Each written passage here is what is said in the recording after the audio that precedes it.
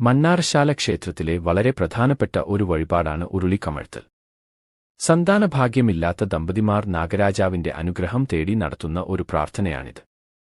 ഈ ആചാരത്തിന് പിന്നിലെ ഐതിഹ്യം ഇങ്ങനെയാണ്. ഉരുളി കമഴ്ത്തൽ ഐതിഹ്യം.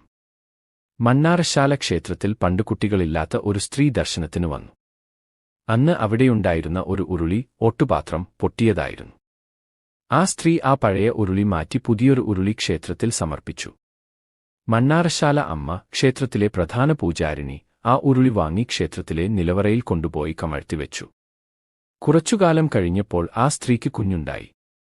അന്നു മുതൽ സന്താനഭാഗ്യത്തിനായി മണ്ണാറശാലയിൽ ഉരുളി കമഴ്ത്തൽ വഴിപാട് ഒരു പ്രധാന ആചാരമായി മാറി. ഉരുളി കമഴ്ത്തൽ വഴിപാട് എങ്ങനെയാണ് നടത്തുന്നത്? ഉരുളി സമർപ്പിക്കൽ. കുട്ടികളില്ലാത്ത ദമ്പതിമാർ ക്ഷേത്രത്തിലെത്തി ഒരു ഉരുളി സമർപ്പിക്കുന്നു. നിലവറയിൽ കമഴ്ത്തൽ. സമർപ്പിച്ച ഉരുളി ക്ഷേത്രത്തിലെ അമ്മ നിലവറയിൽ കൊണ്ടുപോയി കമഴ്ത്തിവെക്കുന്നു.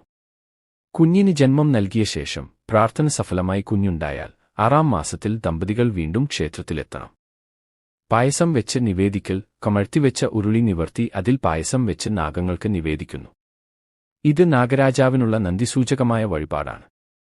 വിശ്വാസത്തിന്റെയും ഭക്തിയുടെയും ഈ ആചാരം മണ്ണാറശാല ക്ഷേത്രത്തിന് വലിയ പ്രാധാന്യം നൽകുന്നു. നാഗദൈവങ്ങളെ പ്രീതിപ്പെടുത്തിയാൽ സന്താനഭാഗ്യം ലഭിക്കുമെന്നാണ് ഈ വഴിപാടിലൂടെ വിശ്വാസികൾ കരുതുന്നത്.